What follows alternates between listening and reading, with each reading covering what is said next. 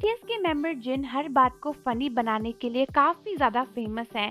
In fact जिन की ये आदत है कि वो डार्क से डार्क मूड को लाइट कर सकते हैं अपनी जोकिंग कैपेबिलिटी से।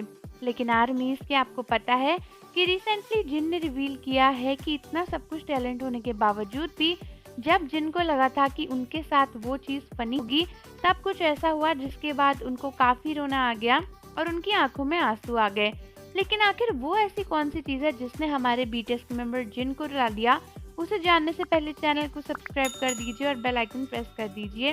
तो अगर आपने जिन की कल की पोस्ट देखी थी, जो कि शायद देखी ही होगी, तो आप मेरी बात अभी तक समझ गए होंगे कि मैं किस इंसिडेंट के बारे में बात कर रही हूँ। हाँ दोस्तों, आपने बिल्कुल सही गेस किया। मैं बात कर रही हूँ जिन की पोस्ट की, जो कि उन्होंने कल इंस्टाग्राम पे करी थी। तो कल जिन ने अपने इंस्टाग्राम पर एक फोटो पोस्ट करी थी जहां पर उनके साइड में ना जिमिन और जंकुक खड़े हुए थे। यही नहीं बल्कि उनके एक साइड में जिमिन थे और दूसरी साइड में जंकुक थे।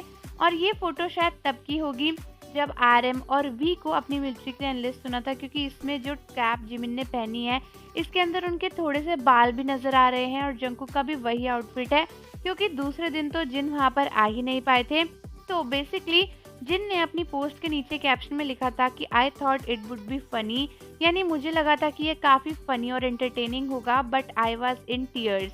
तो बेसिकली जिन ने बताया कि जब उन्होंने बीटीएस के मेंबर्स को मिलिट्री में एनलिस्ट होते देखा तो उनकी आंखों में आंसू आ गया था, वो इमोशनल हो गए थे। और ये पोस्ट पढ़ने के बाद आर्मीज बोल रही हैं कि जिन बीटीएस के मेंबर्स से कितना प्यार करते हैं, बिल्कुल उनके बड़े भाई जैसे हैं जो सबका मिलकर इस तरीके से ख्याल रखते हैं। बहुत से आर्मीज कंफ्यूज थी कि ये फोटो ना जंकुक और जिमिन के मिलिट्री एनलिस्टमेंट की है। तो दोस्तों मैं आपको बता दूं कि उस दिन की फोटो नहीं है, क्योंकि अगर आपने देखा तो आपको पता होगा। पहली बात तो दोनों के आउटफिट्स काफ़ी अलग थे। दूसरी चीज़ ये कि जिन को उस दिन परमिशन नहीं मिली थी मिलिट्री बेस छोड़कर जाने की, क्योंकि खुद जिमिन और जंकुक ही उनके मिलिट्री बेस में एनलिस्ट होने जा रहे थे।